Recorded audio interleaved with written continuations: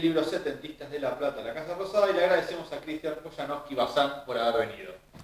Agradecido yo de la invitación. Bueno, primera pregunta obligada, ¿cómo surgió esta idea de poder escribir este libro? Y bueno, era una posibilidad de contar dónde se había formado políticamente Néstor Kirchner. Originalmente Néstor Kirchner, cuando la idea surgió, él estaba en el gobierno, todavía era presidente, por lo tanto nos centramos en él y la derivación automática fue Cristina porque obviamente era parte de ese equipo político que formaron mientras Néstor vivió y participó en un montón de instancias del Estado, del gobierno, ¿no? Tanto en la Nación como originalmente en su ciudad natal.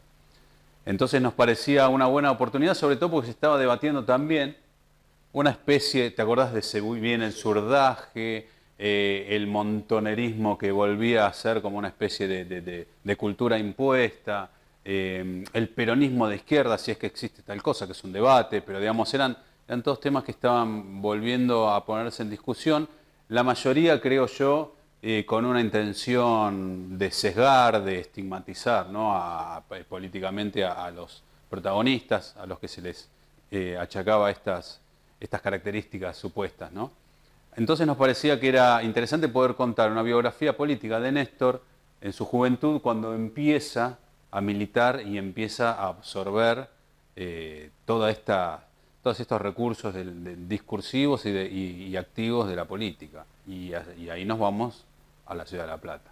La verdad que es todo un desafío ver a lo largo del libro, porque es muy reciente el kirchnerismo. La verdad que va a ser un desafío bastante complejo. Sí, y era más reciente todavía en ese momento, ¿no? Porque vos calculá, el libro lo hicimos junto a Fernando Amato, un colega de muchos años. En ese momento compartíamos un trabajo en una redacción en una de las revistas de Editorial Perfil, que no está más, y ahí pergeniamos esta idea, trabajando en un sector que nada tenía que ver con la política, a pesar de haber estado involucrado, sobre todo Fernando, y esto en el año 2006 aproximadamente empezamos a escribirlo, a investigar y a escribir. Por lo tanto, vos imaginate que habían pasado menos de 3 años de kirchnerismo como fenómeno político nacional. Claro, es lo que era ahora. Claro. Hoy hay mucha más. Hoy es la historia el Hoy kirchnerismo. es historia, claro. En ese momento era algo incipiente. Exacto. ¿Y esperabas que en ese momento cuando empezaste a escribir el libro que tuviera el final que tuvo el kirchnerismo? Estamos hablando muchas veces de un proceso histórico tercero. Sí. ¿A cuál final te referís? Cuando decís el final. No, al final de un gobierno que termina en el 2015 democráticamente, Sí. 3 mandatos, con una evolución que trasciende al gobierno. Sí. Un gobierno que ha trascendido como pocos podemos decir al peronismo, al irigoyenismo y al kirchnerismo. Claro. No, yo en ese momento estaba más, yo en lo personal, digo, entre los dos autores que hicimos el libro, yo estaba más enfocado al análisis de ciertos, o en la búsqueda, no en el análisis, en la búsqueda de ciertos paralelismos políticos entre los 70 y la época actual. No hay muchos, en realidad hay más gestos y simbolismos que cosas más concretas. Después sí hice una lectura en el sentido que vos decís, pero esto sería materia de otra charla porque tiene que ver con otro libro que se llama El Aluvión, que ese analiza el fenómeno del kirchnerismo, pero ya desde su actualidad, ¿no? y la militancia que explota a partir de ese poder político. El nombre arranca con esto del setentismo, algo que ha sido interpelado a lo largo de la historia, vos lo decías hace un rato, que tampoco lo termina de terminar de saldar esa discusión histórica. ¿A qué le llamamos esa década de los 70? Sí, en realidad el setentismo puede empezar a finales de la década del 60 y llegar hasta algunos pocos años de la década del 70, porque después viene el fracaso político que implica el gobierno de Isabel Perón, la puesta en poder de las Fuerzas Armadas, que después deriva en el golpe cívico-militar, ¿no? Por lo tanto, ahí se termina el setentismo, si uno quisiera pensarlo en ese sentido, en el sentido político que nosotros le adjudicamos. Pero tiene que ver con una ebullición, vos recién usabas esa palabra, de la militancia, del fervor político, de la vocación de miles, jóvenes en su mayoría, pero también de todas las edades, de personas involucradas con proyectos políticos y comprometidas, y en un punto comprometidas ya con su propia vida, ¿no? Un fenómeno que además no se volvió a repetir en la Argentina, por lo menos. Entonces, digamos, el setentismo quizá representa en forma simbólica ese fervor militante y con todas las derivaciones, incluso las derivaciones de la violencia por derecha y por izquierda, que también las tuvieron, corresponde a un análisis mucho más integral sobre qué estaba pasando en el mundo en esos años y qué significaba la violencia asociada a la política, que en esos momentos era otra cosa de lo que lo vemos con los ojos de hoy. Y también tiene una carga negativa cuando se le quiere bajar el precio quizás a algún dirigente, a algún político, ahora no se usa tanto, pero te quedaste en los 70, ¿no? Sí, es una chicana muy común. Claro. Ahora ya, al que se quedó en los 70, bueno, son gente cerca de 70, 60, 70 años, por ahí ya no se usa tanto y ahora se usan otro tipo de debates, pero por ahí en los 90, finales de los 90, cuando empezaba esto, era muy habitual. Y tiene esa carga, ¿no? Es decir, sos un romántico y tus sueños no conducen a nada porque el fin de la historia, como después dijo Fukuyama, demostró que todo eso no servía. Después se volvió a demostrar que sí, pero bueno. ¿Néstor Kirchner fue un montonero? Y esa es una pregunta que también punto de partida y que se discutía permanentemente en esos días, ¿no? Desde las tribunas de doctrina se decía, bueno, lo que pasa es que Kirchner viene con el gen montonero, y otros por ahí decían, no, se manda la parte de montonero porque en realidad era un perejil. Y la verdad es que hay una cosa que es indudable que Néstor Kirchner fue, y es que fue un militante político. Y eso es una gran dimensión, aunque parece poco, no es achicarlo ni bajarle el nivel de lo que significa. Fue un militante político, fue uno más de tantos cientos de miles de jóvenes que en ese momento, bueno, en el caso de ellos, que creyeron en que el proyecto político que más representaba a las clases populares era el peronismo, lo abrazaron y lo militaron con una pasión, un fervor, agarrándose a piñas incluso también, digamos, llegando a hechos violentos no armados, pero en este caso sí, sobre todo en la facultad. Pero más que nada, que esto es lo anecdótico, las piñas es una anécdota, es el compromiso de defender ese proyecto político, de estudiarlo, de compartirlo, de interpretarlo, de participarlo y de militar con su propio cuerpo, bueno, distintas acciones como, qué sé yo, ir a Ezeiza caminando a recibir a Perón cuando volvía, no sé, ese tipo de cosas como lo más extremo. En ese sentido podemos definirlo como un militante en toda su dimensión. Y después ocurre que el mismo transcurso de la historia termina colocando a Montoneros como la jefatura de la juventud peronista. Y ahí aglutina a un montón de organizaciones de base, un montón no, pero algunas, que terminan siendo parte de una gran estructura que es Montoneros. Con lo cual la jefatura de Montoneros de alguna manera era la jefatura de la juventud peronista. Con lo cual si uno era militante de la juventud peronista, de alguna manera indirecta, si se quiere, era parte de una estructura supra que era Montoneros. Por lo tanto, es un debate semántico. Sí sabemos que Néstor Kirchner no pasó a una instancia, que sí pasaron muchos otros militantes, que es la instancia de combatiente, ¿no? Que en algún punto eso iba a pasar y él no estaba de acuerdo con eso. De hecho, él era bastante inorgánico de la cúpula platense, porque él, al ser de Río Gallegos, él tenía un proyecto cuando vio que le interesaba desarrollar su proyecto político, él tenía la idea de hacer política en su lugar de origen, ¿no? En Río Gallegos, en Santa Cruz, con la idea máxima de ser gobernador entonces. O sea, en sus orígenes de la política, Néstor lo que se planteaba esto de ser gobernador. Sí, así es, sí. Y de hecho, ya desde La Plata, ya Cristina recuerda ese tipo de comentarios que él decía, necesito juntar dinero porque tengo que ser gobernador. Por eso él quería terminar la carrera de abogacía, acomodé el lugar, la terminó ya con la dictadura instaurada, claro, y la pudo terminar en una jugada bastante arriesgada, que Cristina lo cuenta, incluso lo recuerda ella en el libro de ahora, sinceramente, pero ya lo había contado en otros libros, que ella le decía, ¿para qué querés el título de abogado si vas a estar en un cajón? Digamos, si vas a La Plata es un riesgo muy alto, porque lo era en ese momento. Entonces, eso no termina de responder si era montonero o no, pero es que no hay una respuesta, es como el huevo y la gallina, no hay una respuesta concreta. La respuesta creo que es esa, integral. Si tenemos que hablar de los orígenes tanto de Néstor y Cristina, ¿dónde los ubicás de cada uno, ideológicos? Porque a veces se habla de Néstor y el FURN, el Frente Universitario Revolucionario, Cristina más ligada al Frente de Agrupaciones Eva Perón. Claro, lo que pasó ahí es que la FURN, Federación Universitaria de la Revolución Nacional, es una agrupación que nace con ese nombre temeroso, para no llamarse agrupación peronista en realidad, ¿no? Que toma algunas ideas de la Revolución Nacional, incluso algunas cosas falangistas, ¿no? Que también andaban dando vueltas por ahí, y se llaman así, pero en realidad responden el pequeño grupo que originalmente la forma al peronismo, en sus ideas, en sus proyectos.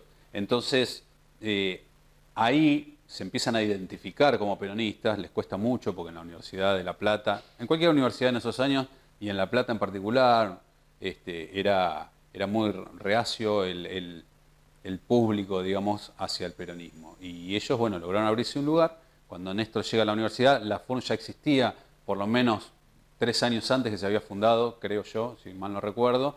Entonces él ya venía con ideas del peronismo desde Río Gallegos, ya venía haciendo lecturas, ya venía teniendo algunas conversaciones con docentes que lo marcaron cuando él iba a la secundaria. Entonces, cuando llega a la universidad y encuentra esa agrupación que era dentro del peronismo, se mete a militar ahí.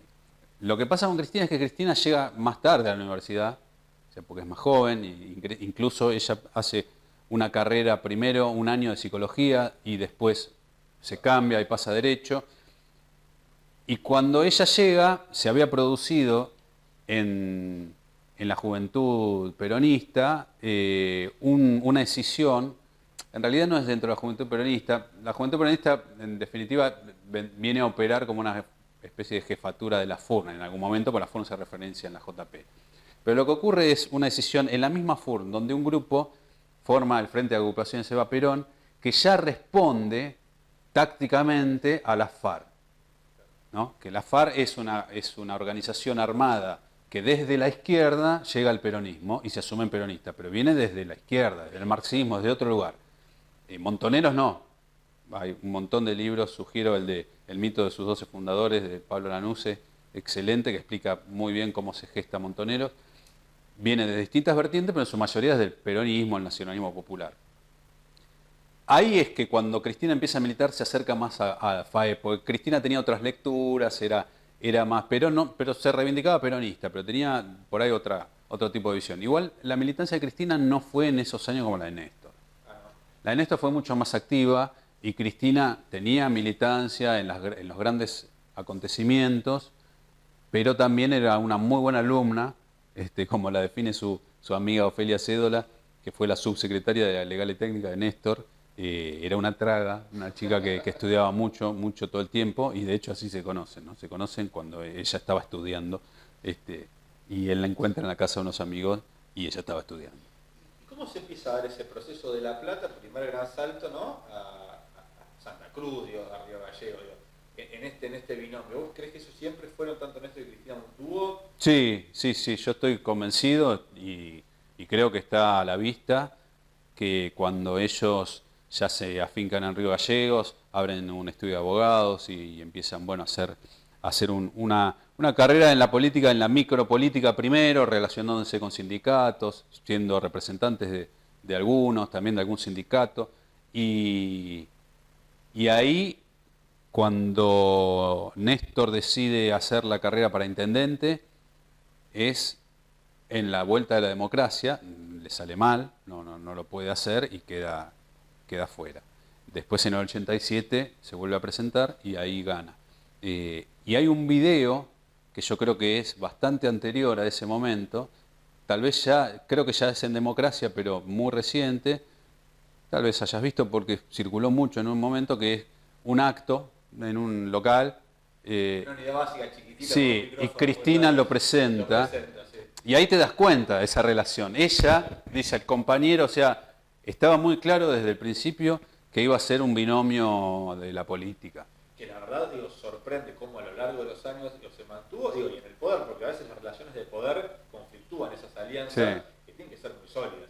En el último momento, Néstor cediéndole el mandato después de un primer gobierno, cuando podría haberse reconfigurado, sin embargo, esta cosa de lo táctico y lo estratégico. Sí, bien, fíjate, pensando un poco en lo táctico y lo estratégico, Cristina siempre fue una representante parlamentaria del Estado que gobernaba Néstor, digamos. O sea, cuando fue intendente, si no me equivoco, fue diputada provincial, cuando fue gobernador fue diputada y senadora nacional en distintas oportunidades, o sea que siempre estuvo en el Congreso, en ese caso, defendiendo a su provincia o defendiendo al pueblo de su provincia.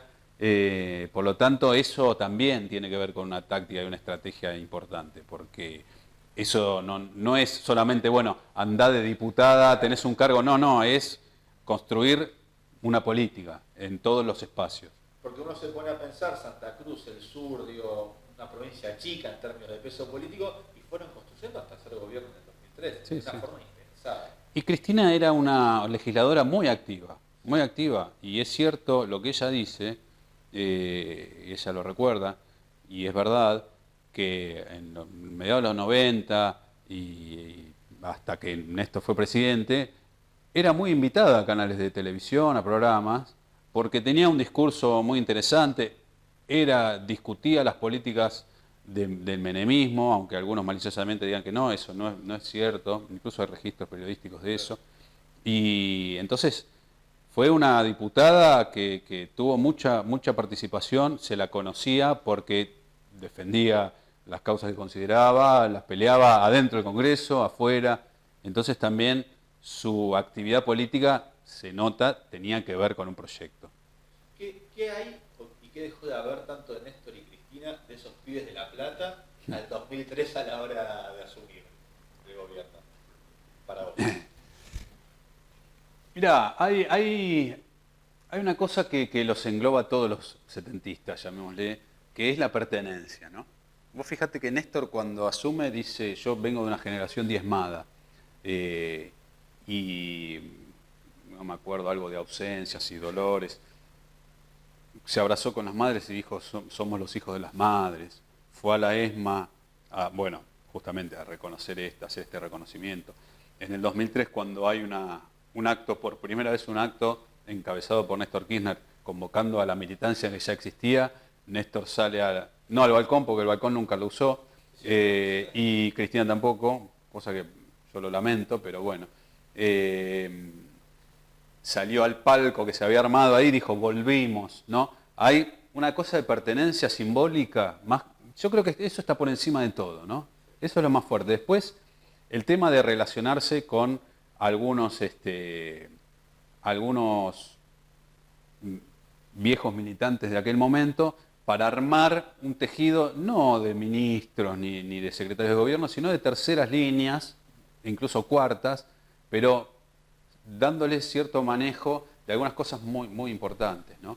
Entonces, fíjate ahí, la Secretaría Legal y Técnica, ¿no? Que es por ahí la gente no lo considera, pero es un espacio de Poder Ejecutivo importantísimo, de donde se gestan las leyes, donde se piensa todo lo que tiene que ver con la cuestión jurídica del Estado. Por lo tanto, el que está en ese lugar realmente tiene que ser un tipo súper formado como lo es Carlos Zanini. La segunda era Ofelia Cédola, como te contaba, una vieja militante de la edad de Cristina, compañera de ella de las agrupaciones estas que estamos hablando en los 70 en La Plata.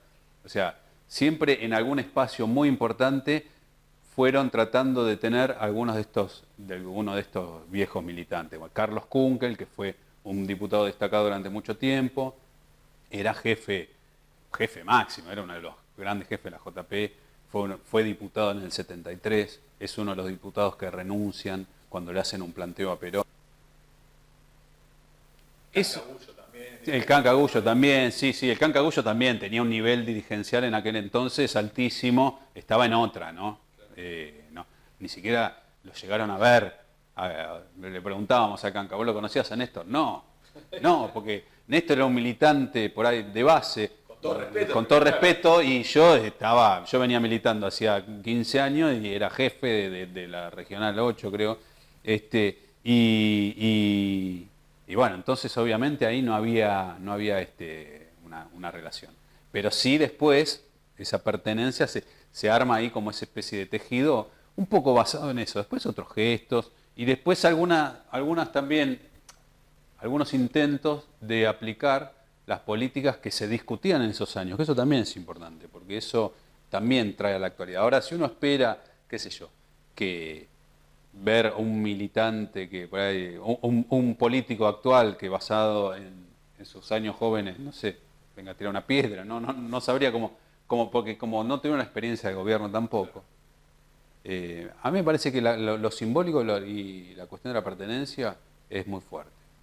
La verdad es que en momentos donde el gobierno nacional actual viene metiéndole como ficha esta reconstrucción de la historia, y no es la palabra crucificando, pero sí denostando esa visión de los 70, me parece que era muy oportuno invitarte y poder discutir, porque la verdad que en este último tiempo ha sido como muy manchado nuevamente, sí, ¿no? Ese concepto de los 70. Mira, hay una cosa que tiene que ver con eso, que nosotros, este libro salió en el año 2008, se agotó, salió una nueva edición en el año 2009 y después dejó de circular por una decisión editorial, ¿no? Nosotros no entendíamos por qué, porque la gente decía, che, no consigo el libro, no consigo el libro. Pasan estos casi, sí, 10 años ya de la última edición y aparece un interés revitalizado en el libro por estos debates. Bueno, otra vez está la posibilidad de que nuevamente Cristina esté en el gobierno. Bueno, la gente quiere de alguna manera volver a estudiar qué pasaba cuando Cristina se había, digamos, formado políticamente sus años de juventud. Y obviamente Néstor, que hoy, bueno, no vive, pero es una referencia política muy, muy importante, actual. Fue un golpe duro la muerte de Néstor para la política, ¿no? ¿Cómo lo ves en perspectiva? Uy, mira, es tan difícil y es tan difícil decirlo, porque viste que hay cierta filosofía que dice las cosas pasan por algo, ¿no? Yo creo que la muerte de Néstor en ese momento provocó algunas cosas positivas, para por lo menos la política cercana al peronismo y al kirchnerismo. Provocó un nuevo aluvión de militancia, espontáneo y muy entusiasta, que eso para mí es algo positivo. También provocó, me parece a mí, que Cristina ganara con el 54% de las elecciones. Y es como que había una pieza en el tablero que estaba presionando y que esa presión nos podía llevar a un conflicto de difícil resolución. Y pareciera que le estoy cargando de misticismo, ¿no? Pero es como un sacrificio de alguna forma, me parece. Porque se estaba haciendo demasiado chico el país para algunos personajes. Sí, había una presión muy grande y la verdad es que habría sido genial, y lo digo como desde un sentido no de simpatía política ni nada, habría sido genial poder tener a Néstor Kirchner durante más años en la historia de la Argentina para ver su evolución como dirigente, ¿no? Para ver su influencia como dirigente. Y es cierto que en ese momento, bueno, había un cuello de botella, como decís, se podría haber salido tal vez, posiblemente, habría habido alguna sangría o lo que fuera, no sé, no podemos hacer lo que se llama análisis contrafáctico, pero habría sido también muy interesante saber qué sería de nuestro país hoy con Néstor Kirchner vivo. A lo largo del libro vos venís recorriendo lo que es el personaje de Néstor y su forma también digo, de militante y de conductor. ¿Que algo ha cambiado en el transcurso de eso? ¿Haría asumir diferentes responsabilidades o siempre tuvo un mismo perfil? No, esto creo que hizo el recorrido que muchos militantes hacen, con la diferencia de que él en algún momento no asumió mayores compromisos por estas dos cuestiones que decíamos. Era bastante inorgánico en La Plata, eso hacía que los que estaban con responsabilidades mayores no le confiaran muchas cosas, porque sabían que se iba, que tenía un pie en Río Gallegos siempre. Entonces él llegó en una instancia de militante a algún tipo de crecimiento con algún grado de responsabilidad, hasta que eso, bueno, quedó ahí amesetado, creo que hasta por decisión de él, ¿no? Porque uno toma lo que fue el gobierno de Néstor y había esa cuestión hasta inorgánica de los protocolos, esa impronta muy personal de soy presidente pero soy un militante en el fondo, ¿no? Sí, yo creo que ahí tiene que ver un poco con los simbolismos, ¿no? Hasta el uso de los mocasines, digamos. La lapicera Big y los mocasines. Sí, ese es un rasgo que yo creo que él ha querido mostrar, por ahí espontáneamente, naturalmente, pero que él lo usó así tal cual vos lo describís. ¿qué lugar pensás vos que le va a reparar la historia, digo, no ahora que es la historia reciente, sino de 30 a 40 años, a este binomio político de Néstor y Cristina? Yo estoy muy interesado por ver también lo que nos va a pasar en los próximos años, a partir de octubre, a partir de diciembre de este año. Me parece muy interesante ver qué pasaría con un gobierno de Alberto Fernández, porque me parece que eso le va a dar parte de la respuesta a la pregunta que vos me estás haciendo, ¿no? Tengo como esa sensación, estos días vengo pensando eso. Digo, sobre qué pilares podría llegar a pararse un próximo gobierno, basándose en los pilares, obviamente, sentados por el kirchnerismo. En abstracto, digamos, sin esta idea futura, que todavía no ocurre y tal vez no ocurra, yo creo que Néstor, sobre todo, fue un gran transformador del Estado, un gran innovador, alguien que repuso un montón de debates en la sociedad que eran necesarios, que causaron muchos enconos y causó también esta profundización, por lo menos discursiva, de la grieta que existe hace más de 200 años, pero bueno, hubo una profundización al menos en el término discursivo. Pero me parece que es un presidente que será recordado por haber sido audaz, por haber repuesto muchos debates culturales y políticos y haber hecho unas grandes transformaciones, o sea, a nivel estructural en el país. Y creo que Cristina fue una gran continuadora de eso. Después, con errores o problemas, errores, está mal dicho, está mal que yo diga errores porque yo no tengo la capacidad como para ni identificar ni saber cuáles son las soluciones a esos errores, pero sí problemas que estuvieron a la vista, que algunos hoy se están reconociendo, pero que a veces los problemas tienen que ver con los contextos también. La forma que uno decide resolver un problema tiene que ver con el contexto y quizá esa forma después se ve con el tiempo que no funcionó. Alberto Fernández, hoy precandidato a presidente del Frente de Todos, quien tuvo un rol bastante importante en la llegada, ¿no?, de Néstor al y desde la jefatura de gabinete se articulaban un montón de las políticas, las gestiones políticas que tuvieron que ver con esa puesta en valor nuevamente de la sociedad que estaba destruida, que tenía 50% de pobres, que había piquetes todos los días, la gran bienvenida que le hacen los llamados movimientos piqueteros en ese entonces a Néstor en la Plaza de Mayo, a los 2 días de asumir, o al mismo día, ya no me acuerdo. Y bueno, entonces ahí hubo que poner en marcha un programa de desactivación de esa efervescencia tremenda que había en la calle y justificada, con una respuesta, había que dar una respuesta. Y la jefatura de gabinete articuló un montón, eso está contado en el libro que yo te mencionaba antes, El Aluvión, y obviamente Alberto Fernández estuvo ahí. Y estuvo mucho antes Alberto Fernández, porque Alberto es uno de los principales armadores del proyecto Kirchner Presidente, que empieza en el 2001, 2000-2001, que en realidad era para el 2007. Eso te quería decir, mucho se habla que en realidad el proyecto Calafate tiene que ver más con el 2007 que con el 2003. Así es, sí. Lo que fue la vorágine de la política, la capacidad de Néstor de entender la coyuntura, el momento y decir es acá, es ahora. Sí. La verdad que es impresionante.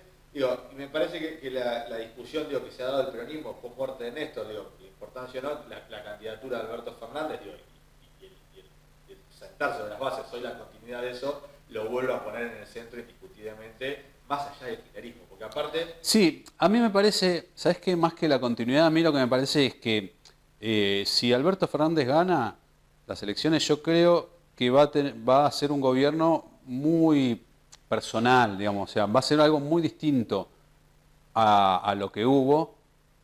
También va a ser algo más adecuado a la Argentina de hoy, que es distinta y que demanda otras cosas, ¿no? Me parece que eso lo leyó muy bien Alberto y si es presidente va a actuar en consecuencia.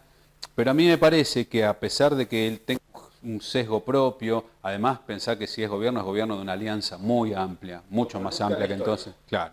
Entonces también ahí va a haber un montón de intereses colisionando y tratando de encarrilar un proyecto único.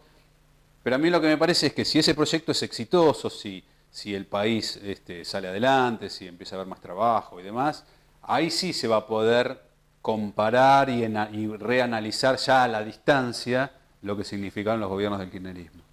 Fueron buenos, malos, regulares, muy buenos el gobierno de Néstor y después de Cristina para vos. No, yo creo que fueron buenos y muy buenos, digamos, buenos de base los dos, me parece que sí, y con cosas muy buenas, con cosas buenísimas, cosas desde todo punto de vista, desde lo estructural, desde los derechos, desde lo cultural. Desde lo cultural, yo creo que una revalorización vapuleada hoy, espero que se pueda recuperar, de la cuestión nacional, ¿no? Hasta cantar el himno, que parece poco, es un símbolo que era de la derecha más conservadora, la patria, las banderas. Era o de los milicos, de los fachos, como suele decir, o de la derecha. Y sin embargo, es un sentimiento que es lo que te permite crecer como nación. ¿Cuál es la parte que más te gustó del libro, que más disfrutaste escribir? Hay una parte que es cuando la FURN, que es la temática que más aborda el libro, que es cómo se construye esa FURN y cómo se nutre de un montón de militantes que tenían una visión y una claridad política histórica impresionante y que nos los arrebataron a la enorme mayoría con la AAA, con el asesinato de la AAA después de la dictadura también. Y entonces la parte donde es todo alegría, donde los militantes se reúnen en las peñas a tomar vino y reciben encomiendas de los pueblos, de sus familias, y comparten, y empiezan a ver la posibilidad incluso de poder hablar del peronismo en el caso de ellos. Es una etapa linda, rica, tiene hasta cierta inocencia de la juventud, ¿no? Esa parte me gusta. Después hay una parte que me interesa mucho desde el análisis histórico-político, pero que es cruenta, ¿no? Que es cuando empieza ya el devenir de los ataques, de las matanzas, los asesinatos, y empiezan a hacer, bueno, a justiciar en un mal sentido, ¿no? A asesinar, es la palabra, a todos estos militantes, en muchos casos simplemente porque tenían un pensamiento distinto, ¿no? ¿Cómo se explica de esa cruel realidad que acabas de describir, que fue la de la militancia, que en la asunción de Néstor no haya habido ni odio ni rencor? ¿En qué sentido no hubo odio ni rencor? Odio, de hecho lo plantea Néstor. Que Néstor no hubiese llevado como bandera el odio y el rencor. Bueno, me parece que también Néstor leyó muy bien el momento en el que asumía y que era lo que hacía falta. Y sin llevarlo como una bandera de rencor ni de odio, sí buscó, por ejemplo, reivindicar a los militantes de los 70, a los desaparecidos, con la derogación de las leyes del perdón, con la recuperación de la ESMA, con bueno, el fomento también y el discurso a favor de los juicios por lesa humanidad. Me parece que ahí muchos lo pudieron haber tomado como rencor y odio. No te olvides que montonera rencorosa es uno de los insultos que le decían a Cristina. Se han dicho barbaridades. Cristian, la verdad, felicitaciones, me parece Muchas que gracias. Es un libro más que actual, recomendable para todo el que lo quiera leer, para entender también un poco de cómo se llegó a ese 2003. Así es, gracias. Será entonces hasta la semana que viene, en otro programa más de debates culturales, con otro libro para debatir y para seguir pensando el presente.